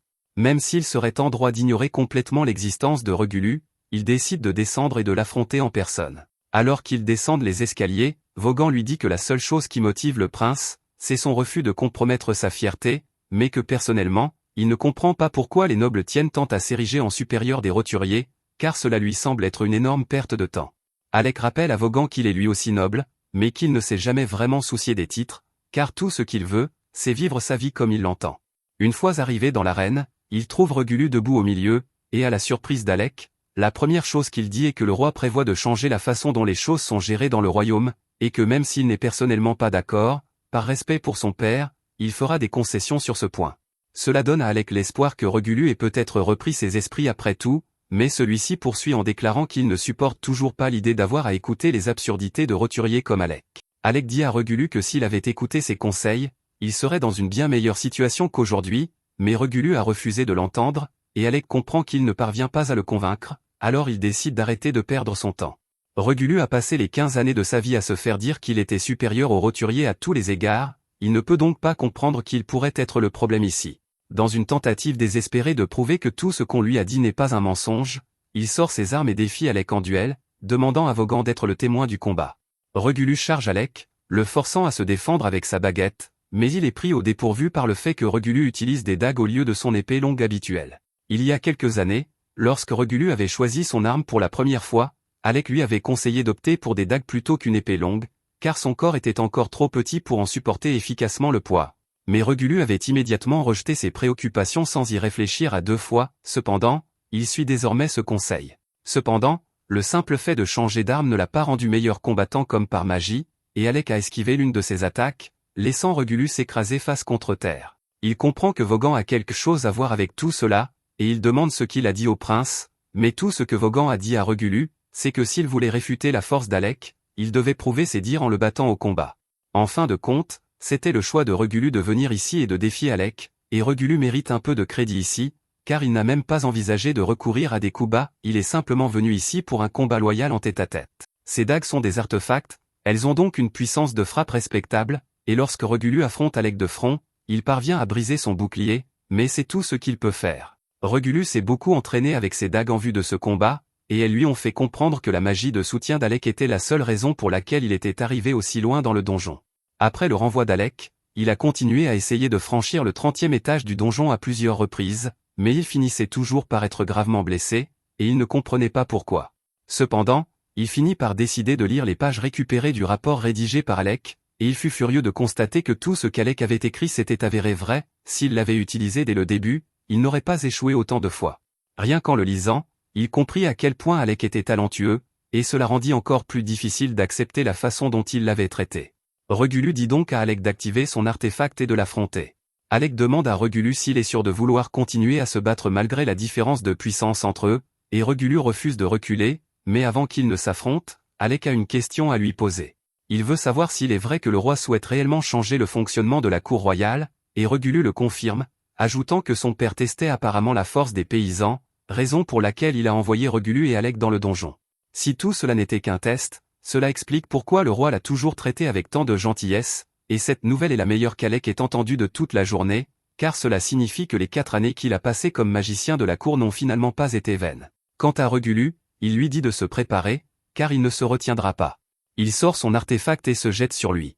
Regulu tremble comme une feuille, car il sait qu'il va se faire tabasser, mais il reste prêt et attend l'arrivée d'Alec. Cependant, au moment de l'impact, Alec change de trajectoire et frappe le sol à la place de Regulu. Regulu exige de savoir pourquoi Alec a choisi de l'épargner, et il lui rappelle toutes les fois où il l'a insulté, ignoré et ridiculisé sans raison.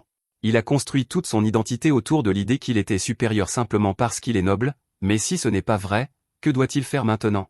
Il est venu ici en pensant que mourir des mains d'Alec serait un bon moyen de préserver au moins son honneur, mais même Alec le regarde avec pitié, et il ne sait pas quoi faire maintenant. Alec n'aime généralement pas rire du malheur des autres, mais il trouve amusant la tournure que les choses ont prise. Il est venu ici prêt à se battre contre Regulu, et il était sûr que Regulu lui crierait des insultes, mais il a fini par lui demander des conseils sur la vie, et l'absurdité de la situation a fait réaliser à Alec à quel point tout cela est ridicule, alors il n'est plus en colère. Après avoir réalisé qu'Alec n'était pas en colère contre lui, Regulu s'excuse et dit qu'il est désolé pour la façon dont il l'a traité auparavant. Alec est sincèrement surpris, car il ne pensait pas que Regulu était capable d'assumer ses responsabilités et d'accepter son erreur. Il comprend que Regulu n'a agi ainsi que parce que c'est ainsi qu'il a été élevé, et même si cela ne rend pas son comportement acceptable, comme il est prêt à changer, Alec décide de passer outre et tend la main à Regulu. Regulu tend la main pour saisir celle d'Alec, mais il se retire au dernier moment, car il est encore un peu gêné par toute cette histoire et veut conserver une partie de sa fierté. Il sort ensuite la cape de magicien de la cour qui appartenait à Alec et s'excuse de la lui avoir prise ce jour-là. Il dit à Alec qu'il peut la récupérer s'il le souhaite, et lui remet également une lettre du roi indiquant qu'une place l'attend à la cour royale s'il décide un jour d'y retourner. Alec demande si le roi essaie de lui ordonner de revenir, mais Vaughan lui répond qu'il s'agit explicitement d'une demande et qu'il est libre de refuser s'il le souhaite. Dans ce cas, Alec dit qu'il n'a pas besoin de la cape ni de la lettre, car il est parfaitement heureux avec son groupe et n'a aucune intention de le quitter à nouveau. Regulu accepte la décision d'Alec, mais il souhaite tout de même qu'il garde la cape, car elle lui appartient de droit. Il dit ensuite à Vaughan qu'il est temps pour eux de partir, car il n'a plus rien à dire à Alec, mais alors qu'il s'éloigne, un léger sourire se dessine sur son visage, et il semble qu'Alec et Regulu aient tous deux tiré une certaine conclusion de cette rencontre. Le lendemain matin, Alec retrouve ses amis et leur demande s'ils ont du temps libre aujourd'hui. Yora, Krasia et Ornest répondent tous qu'ils sont libres, alors il lui demande ce qu'il a en tête. Alec leur dit qu'il aimerait qu'ils lui fassent visiter Vissel, car il n'est toujours pas habitué à cet endroit. Mais alors qu'il serait normalement ravi de l'aider, Ornest et Krasia y voient une occasion en or de laisser Yora seule avec Alec. Ils inventent donc tous deux de faux prétextes pour se défiler et disent à Alec qu'il devra se contenter de Yora. Alec ne remarque rien d'étrange dans le fait que les autres se désistent soudainement, et Yora en rit, mais elle sait que ces deux-là viennent de lui offrir une occasion en or. Cependant, elle la gâche presque immédiatement en demandant à Alec s'il souhaite reporter le rendez-vous, mais il répond que cela lui convient très bien d'être juste tous les deux. Yora est ravie d'entendre cela, alors elle se lève et lui promet de lui montrer tout ce qu'il y a à voir à Vissel. Plus tard dans la journée, Alec et Yora se promènent en ville, et elle lui explique que Vissel est une ville aventureuse où l'on vend régulièrement des armes, des armures et toutes sortes d'autres articles. Mais elle lui recommande également d'être prudent dans ses achats, car les marchands peu scrupuleux essaient souvent de vous arnaquer en vous vendant des babioles sans valeur. C'est un bon conseil, mais Yora le donne alors qu'elle vient littéralement de se faire avoir par un marchand, et Alec n'est pas sûr qu'elle comprenne vraiment à quoi ressemble un marchand peu scrupuleux. Le marchand essaie littéralement de lui vendre une drogue qui est censée permettre de se battre pendant plusieurs jours sans repos, et Yora est complètement tombée dans le panneau. Mais un simple coup d'œil à son aura menaçante suffit à Alec pour comprendre que cette pilule est mauvaise, alors il attrape la main de Yora et lui dit de le suivre. Il pense qu'il vaudrait mieux laisser Ornest et Krasia faire les courses à leur place, car Yora a tendance à se laisser distraire. Et bien qu'elle ne nie pas se faire avoir de temps en temps, la dernière fois qu'elle a demandé à Ornest et Krasia de faire les courses, Ornest est revenu déguisé en Zoro et Krasia a acheté un ours en peluche géant, donc on ne peut pas non plus faire confiance à ces deux-là pour faire les courses. Dans ce cas, Alec propose de s'occuper des achats du groupe à partir de maintenant, et Yora lui répond que cela lui serait d'une grande aide. Après avoir marché un peu plus loin, Alec aperçoit un café et suggère à Yora de faire une pause. Ils entrent tous les deux pour prendre un thé. Alors qu'ils sont assis, Alec se souvient à quel point Ornest et Krasia semblaient détester Loki, et il demande à Yora ce qu'il en est. Yora lui répond que c'est une longue histoire et lui explique qu'il y a 2 ans, ils ont croisé un groupe de rangs à qui rencontraient des difficultés dans un certain donjon, et qu'ils se sont arrêtés pour les aider. Peu après, Loki et Rywell sont également arrivés pour aider, et ils ont tous fini par travailler ensemble pour vaincre le boss de l'étage. Cependant, pendant le combat, Ornest a été blessé en protégeant l'un des aventuriers de rang A, recevant un jet d'acide dans le dos.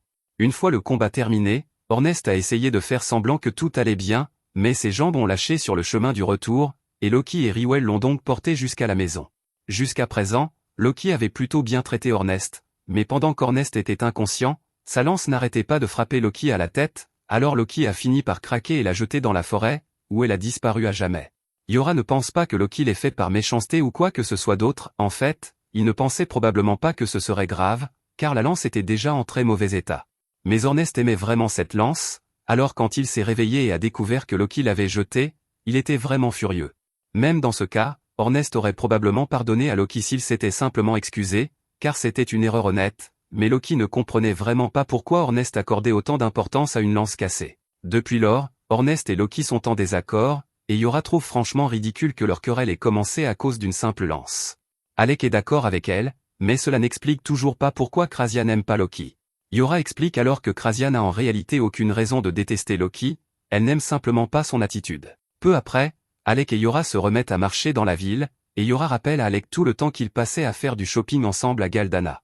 Ils mettaient leur argent en commun pour acheter des potions, et à un moment donné, Krasia a essayé d'en fabriquer elle-même, mais ses expériences se soldaient toujours par un échec. Alors qu'ils continuent à marcher, Yora aperçoit soudain un ruban elfique exposé dans l'une des échoppes, et elle n'en croit pas ses yeux. Ce sont des objets incroyablement rares qui augmentent le pouvoir magique de leur utilisateur, et elle en cherche un depuis des lustres, mais il coûte 50 000 gilles, et elle n'a pas cette somme pour le moment. Elle est vraiment déçue, car si elle ne l'achète pas maintenant, quelqu'un d'autre le fera probablement avant la fin de la journée. Mais comme cela semble vraiment important pour elle, Alec décide de l'acheter. Yora lui demande s'il est sûr de vouloir dépenser autant d'argent pour elle, mais Alec répond que c'est pour le bien du groupe, car la magie de Yora est un élément essentiel de leur coordination. De plus, il est riche grâce à tout l'argent qu'il a économisé en travaillant comme magicien à la cour, et il voulait lui offrir quelque chose de beau. Yora sourit et dit à Alec qu'elle chérira son cadeau de tout son cœur, ce qui réjouit Alec. Les deux passent ensuite le reste de la journée à s'amuser ensemble dans toute la ville, et ils terminent en regardant le coucher de soleil depuis la tour de l'horloge. Yora demande à Alec ce qu'il pense de Vissel, et il répond qu'il aime la liberté et la vitalité de tout le monde ici, car cela lui donne l'impression d'être un véritable aventurier.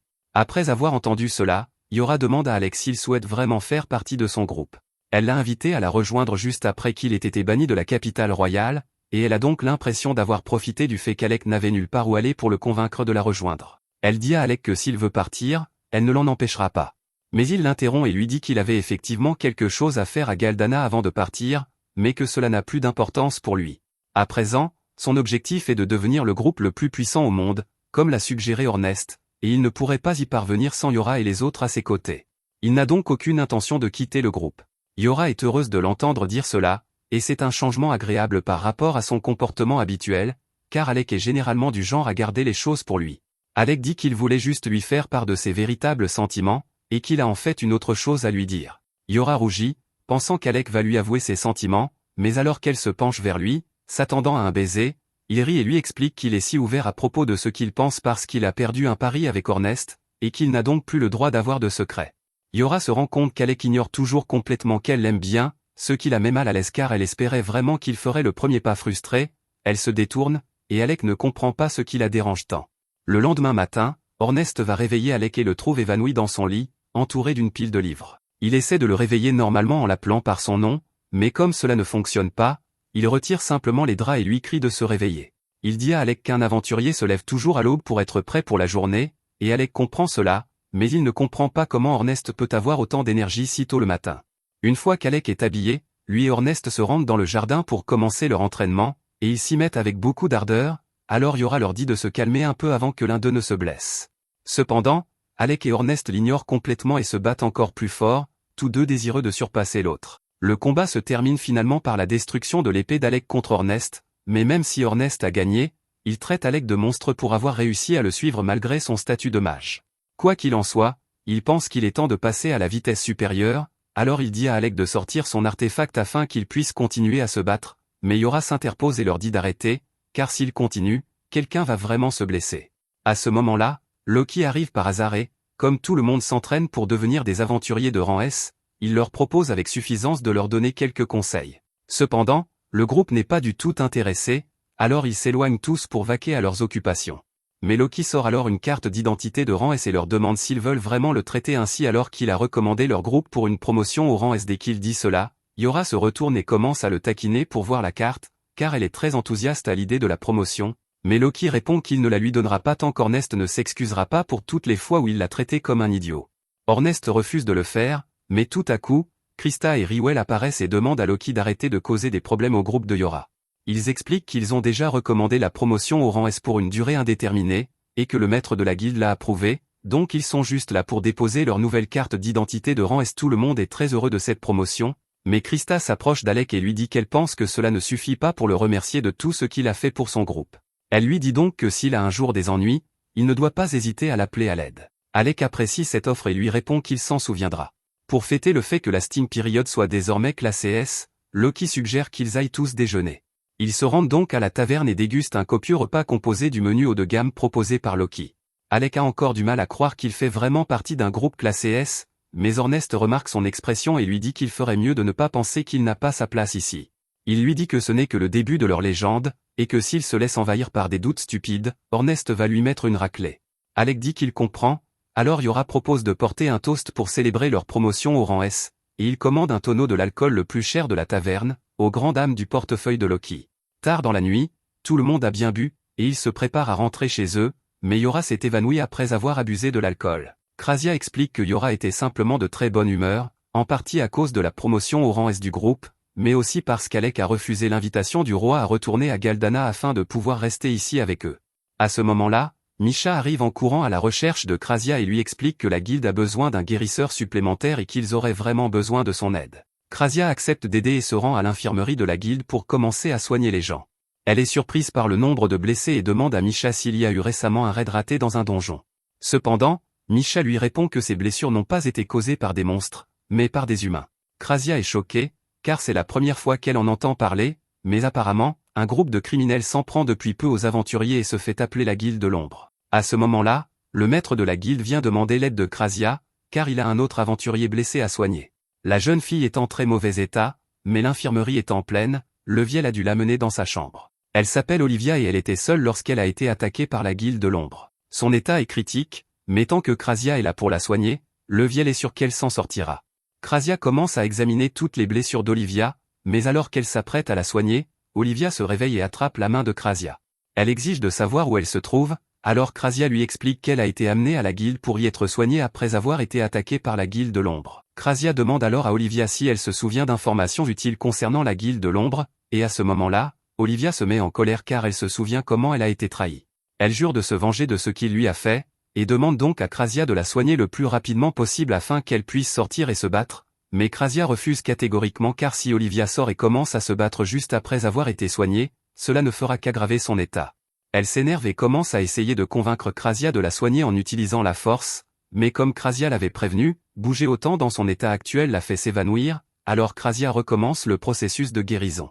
Olivia fait partie du groupe Nameless et elle est l'une des meilleures épéistes de Vissel, mais cela soulève la question suivante, qui serait assez fort pour lui infliger de tels dommages? Le lendemain matin, Krasia a fini de soigner Olivia et elle est tellement fatiguée qu'elle s'endort au chevet du lit. Pendant ce temps, ailleurs dans la ville, Alec était à la bibliothèque en train de lire des ouvrages sur le donjon arcanique lorsqu'il est soudainement abordé par un garçon nommé Léorg. Il dit qu'il est membre du groupe S-Rank Nameless et demande à Alec s'il serait prêt à se joindre à lui pour un raid dans le labyrinthe. Plus tard, Krasia se rend dans la chambre d'Olivia pour voir comment elle va, mais elle la trouve en train de s'entraîner au combat à l'épée alors qu'elle devrait se reposer, et Leviel est simplement assis là pendant qu'elle s'entraîne. Krasia lui demande pourquoi il ne l'a pas arrêtée, mais il répond qu'Olivia refuse d'écouter quoi que ce soit de ce qu'il dit, et qu'il ne pouvait donc rien faire. Elle refuse même de lui dire ce qui s'est passé avec la Guilde de l'Ombre, ce qui l'empêche de poursuivre son enquête. Krasia attrape Olivia et lui dit qu'elle doit s'allonger, mais Olivia rétorque que le vrai problème ici est le fait qu'elle ne peut toujours pas utiliser ses jambes correctement, alors elle crie à Krasia de faire son travail de guérisseuse. Olivia est très impolie, mais Krasia ne se laisse pas impressionner et demande à Leviel de quitter la pièce afin qu'elle puisse commencer à soigner les jambes d'Olivia. Krasia commence alors à utiliser sa magie de guérison sur Olivia, qui est surprise qu'elle ne lui pose aucune question sur ce qui s'est passé.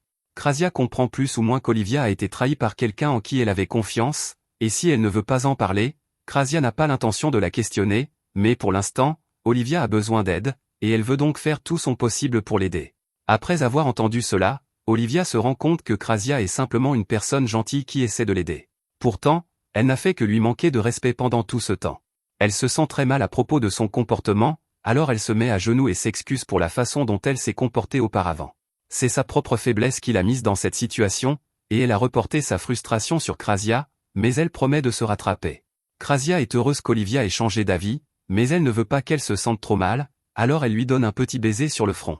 Olivia panique et demande à Krasia pourquoi elle a fait cela, mais celle-ci répond que c'est simplement quelque chose que sa mère faisait pour la calmer lorsqu'elle était bouleversée, et qu'elle a pensé que cela pourrait l'aider.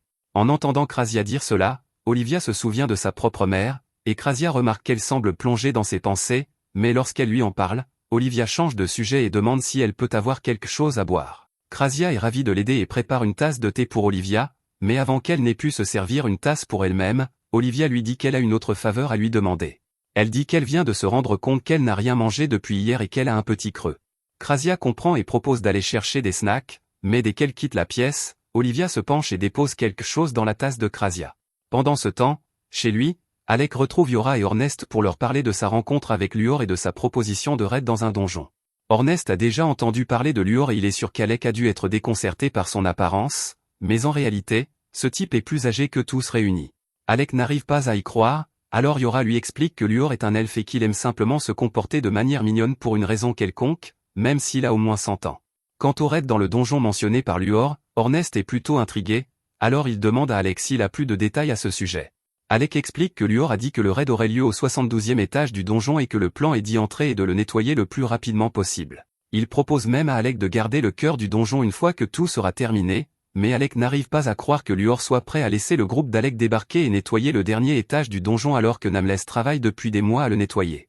Luor voit qu'Alec est sceptique, alors il lui explique que lui et le reste de son groupe ont en fait une affaire à régler avec la Guilde de l'Ombre, car celle-ci a blessé l'un de ses coéquipiers et qu'il doit se venger. Mais pendant qu'il s'occupe de cela, il ne pourra pas nettoyer le donjon, alors il espère qu'Alec et son groupe s'en chargeront à sa place. Yora pense que c'est une bonne affaire pour eux, mais Ornest se met à crier et dit que c'est beaucoup trop louche. Que le groupe de Nameless renonce à son droit de nettoyer le donjon est une chose, mais qu'il prévoit également de démanteler la Guilde de l'Ombre semble trop beau pour être vrai. Alec reconnaît que cela semble suspect, mais Yora, en revanche, ne pense pas que Luor soit le genre de personne à leur tendre un piège. Certes, il est un peu bizarre, mais c'est lui qui fait fonctionner son groupe, elle doute donc qu'il ferait quelque chose si Sinisté essayait de les piéger. Quoi qu'il en soit, rester ici ne leur apportera aucune réponse, alors Ornest attrape le noyau et dit aux autres que la fille impolie que Krasia soignait hier venait apparemment de Nameless, donc s'ils veulent confirmer l'histoire de Luor, ils n'ont qu'à lui demander. Les autres sont d'accord, alors ils se dirigent tous vers la guilde, mais avant qu'ils puissent entrer, Misha arrive en courant, paniqué, et les bouscule. Il lui demande si quelque chose ne va pas, et Misha leur apprend qu'il est arrivé quelque chose de terrible à Krasia, c'est pourquoi elle était si pressée de trouver de l'aide. Le groupe entre et trouve Krasia appuyée contre le mur, à peine capable de tenir debout, alors ils se précipitent vers elle pour voir comment elle va. Krasia leur dit qu'elle va plutôt bien, mais qu'elle a été droguée plus tôt, et qu'à son réveil, Olivia avait disparu. Il ne faut pas être un génie pour comprendre que c'est Olivia qui a drogué Krasia, mais Krasia est toujours très inquiète car elle pense qu'Olivia est peut-être retournée dans le labyrinthe pour se venger. Orneste lui demande pourquoi il devrait s'inquiéter si Olivia veut risquer sa vie pour se venger, alors Krasia explique que les blessures d'Olivia ne sont pas encore complètement guéries et qu'elle n'est donc pas en état de se battre. Orneste comprend cela, mais il ne comprend toujours pas pourquoi il devrait s'inquiéter, car en fin de compte, c'était la décision d'Olivia, et elle se trouve être la plus forte épéiste du royaume, il doute donc que la guilde de l'ombre puisse réellement la vaincre. Orneste a peut-être raison au sujet de la force d'Olivia, mais Krasia se souvient qu'elle a mentionné un traître, et elle ne pense donc pas que la guilde de l'ombre ait pu la vaincre seule. Il doit y avoir quelqu'un d'autre qui l'attend dans le donjon, quelqu'un qui est assez fort pour avoir laissé la meilleure épéiste du royaume dans un état critique, et Krasia ne va pas rester les bras croisés et la laisser se faire tuer, même si cela ne la concerne pas. Elle dit qu'elle ira seule si les autres ne veulent pas l'aider, mais alors qu'elle franchit la porte d'entrée, elle se rend compte que les autres la suivent. Ils disent qu'ils ne peuvent pas laisser Krasia affronter seule le danger du donjon, donc si elle tient tant à sauver Olivia, ils l'accompagneront. Ils se dirigent tous ensemble vers l'entrée du donjon labyrinthique, mais Orneste n'a vraiment pas envie d'affronter le labyrinthe. Alec lui demande pourquoi, et Yora explique qu'il y a des tonnes de pièges de téléportation disséminés dans tout le donjon, ce qui rend la navigation difficile. Marbel ajoute qu'il est courant que les groupes se séparent à l'intérieur, et que tout le monde doit donc être extrêmement prudent. C'était un avertissement utile, mais le groupe n'a aucune idée de ce que Marbel fait ici. Elle leur dit qu'elle a entendu dire qu'Olivia s'était enfuie pour échapper à la culpabilité et qu'elle retournait dans le donjon, alors elle est venue ici dans l'espoir de rattraper Olivia avant qu'elle n'y entre, mais elle est arrivée trop tard, c'est pourquoi elle veut se joindre à leur groupe.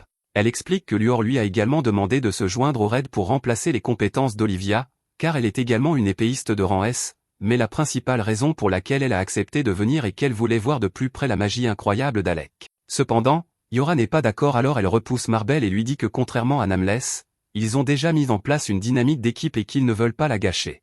Alec demande à Orneste de quoi parle Yora, alors il explique que même si Nameless est un groupe, les membres de l'équipe agissent plutôt comme des aventuriers solitaires. Luor a réussi à les convaincre de se réunir, mais la plupart d'entre eux préfèrent partir à l'aventure seuls, et lorsqu'ils ne sont pas en train d'explorer des donjons, ils se moquent complètement les uns des autres. Olivia, par exemple, déteste que d'autres personnes se mêlent de ses affaires, c'est pourquoi elle refuse l'aide de quiconque et peut parfois paraître impolie, mais Marbel sait qu'au fond, c'est une bonne personne.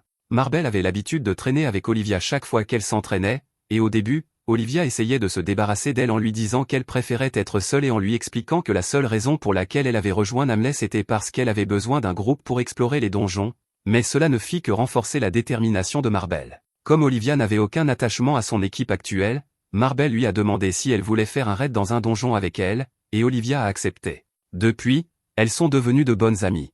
Marbel ne les forcera pas à l'emmener si cela leur cause des désagréments, mais elle est très inquiète pour Olivia, alors elle leur demande de faire tout leur possible pour la sauver. Avant que le groupe ne s'engage dans le donjon, Orneste lance un bracelet à Alec et lui dit de le mettre, car c'est leur arme secrète pour le donjon. Alec n'a aucune idée de ce que fait le bracelet, mais il fait confiance à Orneste, et ils entrent tous ensemble, mais avant d'aller trop loin, Krasia a l'intention de mettre en place son propre cercle de téléportation, afin que si quelqu'un tombe accidentellement dans un piège de téléportation, il puisse facilement se téléporter à cet endroit. Orneste est impressionné par la façon dont Krasia a si bien réfléchi à la situation, alors il commence à lui tapoter la tête, mais Krasia n'aime pas être traitée comme une enfant, surtout par Orneste, alors elle arrête ce qu'elle est en train de faire et lui donne un coup de pied si violent qu'il est projeté en l'air. Malheureusement, il atterrit directement dans un piège de téléportation, et quand Alec tente de sauver Orneste, il marche lui aussi sur un piège de téléportation. Orneste et lui sont donc envoyés à un endroit aléatoire dans le donjon, et c'est en quelque sorte la faute de Krasia. Alec n'a aucune idée de l'endroit où il se trouve, mais il est entouré de dizaines de monstres, il va donc devoir se battre seul pour s'en sortir. Alors que les monstres se précipitent sur lui, il lance Thunderbolt à plusieurs reprises pour les éliminer avant qu'ils ne s'approchent trop près.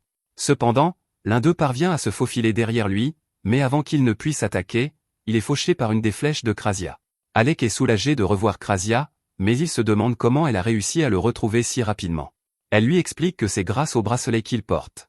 Il s'agit d'un anneau de Möbius, et lorsque deux personnes portent une paire assortie, cela les empêche d'être séparées l'une de l'autre. Cela signifie que peu importe le nombre de fois où Alec est téléporté, l'anneau envoie automatiquement Krasia au même endroit que lui, il n'y a donc aucun risque qu'ils soient séparés. Yora et Orneste ont l'autre paire, ils devraient donc pouvoir se débrouiller où qu'ils soient. Cependant, du côté d'Orneste et Yora, les choses ne semblent pas très bien se passer puisqu'ils sont poursuivis par des dizaines de monstres. Orneste est peut-être capable de s'en sortir seul, mais Yora n'a aucune capacité de combat. Elle crée donc un pilier de terre pour empêcher les monstres de l'atteindre, et Ornest saute pour s'occuper des monstres. Elle lui donne également un léger bonus d'endurance et de vitesse afin qu'il ne s'épuise pas trop pendant le combat. Grâce à ce coup de pouce, Ornest est capable de passer devant tous les monstres les plus faibles et de trancher la tête du plus gros en un instant. Tous les petits monstres prennent peur et s'enfuient après l'avoir vu faire, et Ornest est un peu déçu car il espérait les utiliser pour s'échauffer. Yora descend et dit à Ornest qu'il a fait un travail incroyable en s'occupant de ces monstres, et il adore tous ses compliments, mais alors qu'ils marchent, ils finissent par tomber sur les restes du boss de l'étage. Yora n'en croit pas ses yeux, car on dirait que quelqu'un a vaincu le boss d'un seul coup d'épée, et elle ne voit personne d'assez fort pour accomplir un tel exploit, mais Ornest sait qu'il n'y a qu'une seule personne capable d'une telle prouesse, et c'est Méléadial, la maître épéiste. Pendant ce temps, ailleurs dans le donjon, le chef de la guilde de l'ombre dit à Méléa à quel point il est impressionnant, car non seulement il a réussi à vaincre le boss instantanément, mais il a également battu à plate couture cette épéiste de rang S, Olivia de Namless. Méléa répond que s'il a réussi à battre Olivia aussi facilement, c'est uniquement parce qu'il la connaît et qu'il sait comment elle se bat. Le chef de la guilde de l'ombre explique que cela explique pourquoi elle a été si choquée lorsqu'elle l'a vue, mais si Méléa connaît vraiment une épéiste de rang S de la guilde, alors cela n'a aucun sens qu'il travaille avec la guilde de l'ombre puisqu'il aurait pu travailler avec Olivia à la place.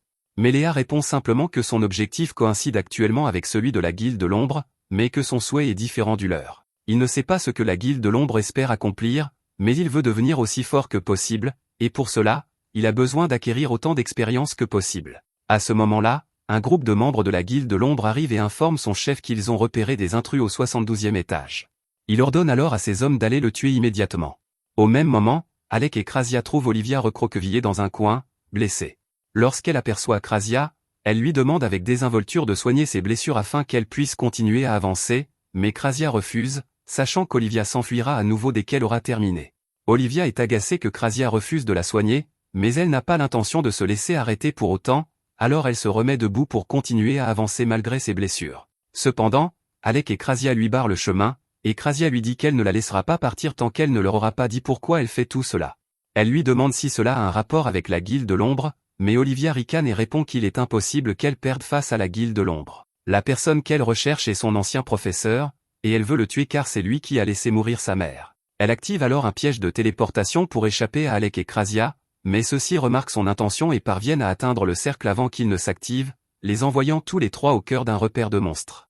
Ils sont complètement encerclés, alors Alec se précipite pour éliminer quelques monstres, mais ils sont trop nombreux pour qu'il puisse s'en sortir seul. Krasia décide de soigner Olivia afin qu'elle puisse se battre, et elle lui dit qu'elle peut créer un cercle de téléportation pour les faire sortir de là, mais que cela va prendre un certain temps, et qu'elle a donc besoin qu'Olivia et Alec retiennent les monstres. C'est tout ce qu'Olivia avait besoin d'entendre, alors elle se précipite pour rejoindre Alec dans le combat.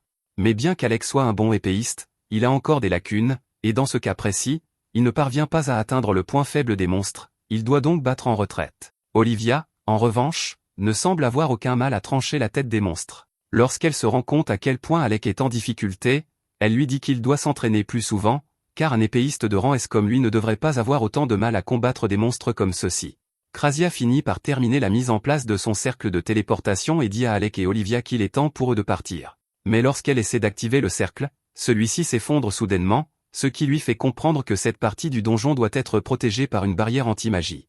Ils ne pourront donc pas utiliser de sort tant qu'ils n'auront pas éliminé le mangeur de magie. De plus en plus de monstres commencent à approcher, alors Olivia demande à notre héros s'il pense pouvoir faire mieux que la dernière fois, et Alec répond qu'il fera de son mieux. Les deux commencent alors leur attaque, et tandis qu'Alec regarde Olivia trancher les corps des monstres, il remarque qu'elle est très silencieuse et efficace dans ses coups, pas étonnant qu'on la surnomme la meilleure épéiste de la ville. Il ne veut pas qu'elle sous-estime ses talents d'épéiste, alors il passe à la vitesse supérieure et tranche l'un des monstres en deux. Sa démonstration de puissance impressionne quelque peu Olivia, qui lui dit qu'il n'est pas mauvais, mais qu'il a encore beaucoup de chemin à parcourir s'il veut maîtriser son épée. Elle lui dit qu'il doit cesser de compter autant sur sa force pour vaincre ses ennemis et essayer plutôt de les surpasser. Alec apprécie vraiment ce conseil, mais cela ne change rien au fait qu'ils sont toujours encerclés, car peu importe le nombre de monstres qu'ils abattent, d'autres continuent d'apparaître. Ils ne progresseront pas ainsi, alors Olivia demande à Krasia si elle a découvert l'emplacement du mangeur de magie qui génère le champ anti-magie. Krasia pense qu'il se trouve là-bas, mais il est impossible de s'y rendre avec autant de monstres sur le chemin. Cependant, Olivia n'hésite pas une seconde et se précipite malgré les risques. Pendant ce temps, Alec attire l'attention des autres monstres pour gagner du temps pour Olivia, mais elle va devoir se dépêcher car il ne pourra pas tenir longtemps. Krasia prévient Alec que des monstres arrivent également par le haut, et lorsqu'il lève les yeux, il voit un monstre vautour qui tente de fondre sur lui, alors il bloque ses serres avec son épée. La force du vautour est si intense qu'elle manque de faire céder le sol sous ses pieds, mais il parvient à tenir bon et à le repousser.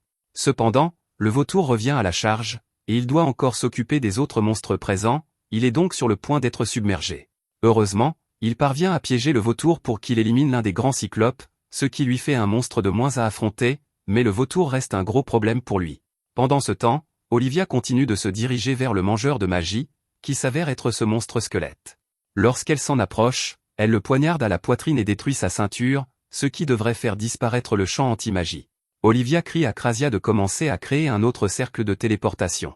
Pendant ce temps, comme Alec peut désormais utiliser sa magie, il lance un sort de foudre quintuple pour incinérer tous les monstres d'un seul coup. Ils se précipitent alors tous vers Krasia avant que d'autres monstres n'apparaissent, et ils sont tous téléportés hors du nid des monstres.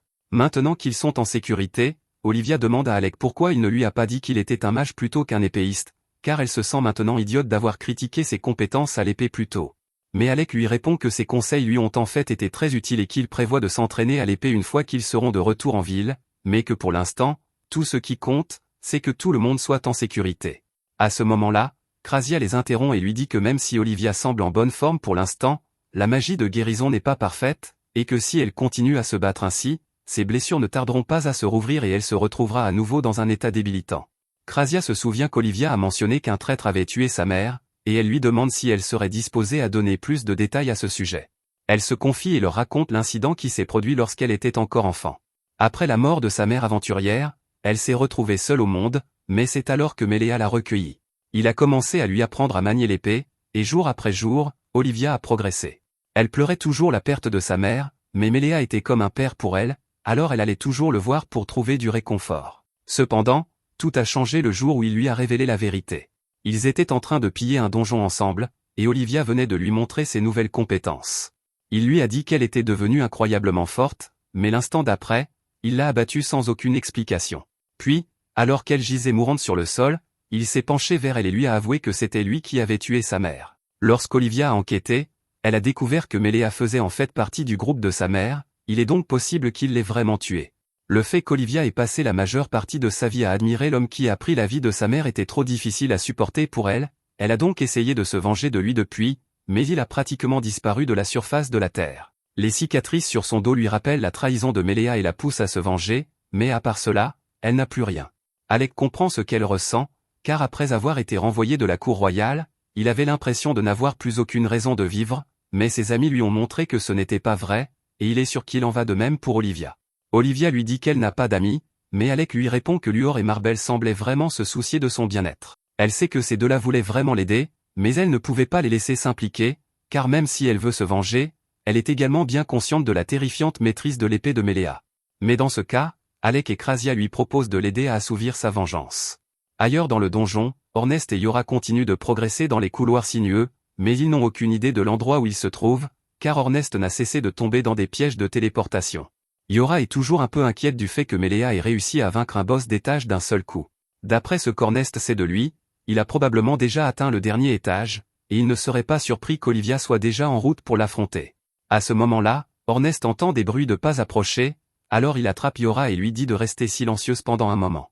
Un instant plus tard, les membres de la guilde de l'ombre sortent, et l'un d'eux semble être en train de grignoter des noyaux de donjon qu'il a volés à un groupe d'aventuriers plus tôt dans la journée.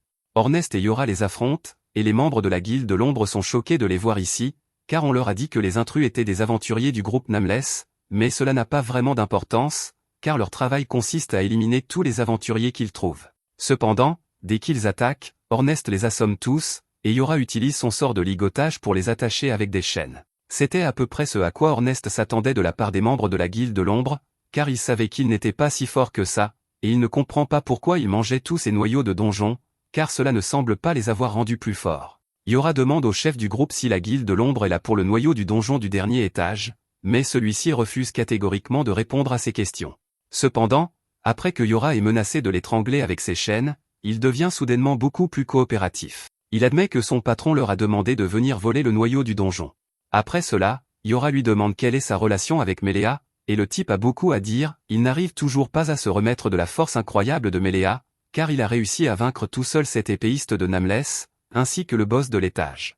Ornest se rend compte que ces types ne sont pas les responsables, et que continuer à leur parler serait une perte de temps. Il dit à Yora qu'il devrait probablement retrouver Alec et les autres dès que possible, après quoi il pourrait s'assurer que ces types soient emprisonnés pour ce qu'ils ont fait. Cependant, le chef dit à Ornest qu'il a commis une erreur en sous-estimant le pouvoir des noyaux de donjon qu'il a consommés. La consommation de tous ces noyaux lui a permis d'absorber beaucoup d'énergie, et en un instant, il est capable de détruire le sol sous ses pieds et de se libérer de ses chaînes. Il saute ensuite par-dessus les débris, attrape Yora, désormais inconsciente, et s'enfuit, disant à Ornest qu'il peut venir le retrouver au fond du donjon. Pendant ce temps, Alec, Krasia et Olivia sont tous retournés au lieu de rendez-vous convenu, s'attendant à trouver Ornest et Yora qui les attendaient, mais ils ne sont pas là, et Krasia commence à s'inquiéter. Ils avaient tous décidé que s'ils se séparaient, ils se retrouveraient ici quoi qu'il arrive, donc si ces deux-là ne sont pas encore là, c'est qu'il leur est arrivé quelque chose. Après avoir mené une petite enquête, le groupe découvre un trou géant dans le sol, et ils sont sûrs qu'ils n'étaient pas là lorsqu'ils sont arrivés, donc il doit avoir été creusé récemment. Mais cela n'a aucun sens, car le sol et les murs du donjon sont censés être renforcés par magie, il devrait donc être impossible de les traverser ainsi. Olivia descend dans le trou et trouve le chapeau de Yora coincé sur l'un des rebords. Elle le lance à Alec, qui est désormais certain qu'il s'est passé quelque chose de terrible. Pendant ce temps, au fond du donjon, le membre de la guilde de l'ombre vient de ramener Yora à son chef et lui explique que cette fille est la mage de soutien rousse qu'il recherchait. Lorsque Yora reprend conscience, elle demande au chef de la guilde de l'ombre ce qui se passe ici, car elle ne comprend pas pourquoi ils ne l'ont pas déjà tuée. Gloria répond qu'il a ses raisons de la laisser en vie, mais qu'il n'est pas du genre à se lancer dans un monologue sans raison, elle devra donc rester dans l'ignorance. À ce moment-là, Melea dit à Gloria d'arrêter de jouer avec Yora et de se concentrer sur le plan, car ils n'ont pas de temps à perdre avec ces jeux. Gloria lui répond que ce n'était qu'une blague et qu'il prend son travail très au sérieux, mais une seconde plus tard, Melea l'avertit que quelqu'un arrive. Avant même qu'ils aient le temps de réagir, Ornest arrive en volant et poignarde le membre de la guilde de l'ombre dans le dos. Il se tourne ensuite vers Gloria, mais celle-ci parvient à réagir et crée une épée rouge pour contrer Ornest. Quant à l'autre membre de la guilde de l'ombre, il est toujours en vie grâce à l'énergie du noyau du donjon qu'il était en train de grignoter. Ornest l'a poignardé dans le dos et se demande comment il a pu le trouver si rapidement. C'est alors qu'il remarque le bracelet Morbius au poignet d'Ornest. Il sait parfaitement comment ces objets fonctionnent, alors il enlève celui qui se trouve au poignet de Yora, l'assomme, puis s'enfuit avec Melea pour passer à l'étape suivante du plan. Quant à Gloria, son travail consiste à rester derrière et à occuper Ornest pendant que les deux autres s'enfuient, et il est convaincu qu'Ornest n'a pas ce qu'il faut pour le battre. Cependant, quelques instants plus tard, Ornest brise son épée et le poignarde à la poitrine, le faisant gicler du sang partout. Mais alors qu'Ornest pense que c'est enfin terminé, Gloria se relève malgré le trou béant dans son abdomen. Il utilise alors la magie du sang pour guérir entièrement sa blessure et déclare qu'il va désormais se battre de toutes ses forces.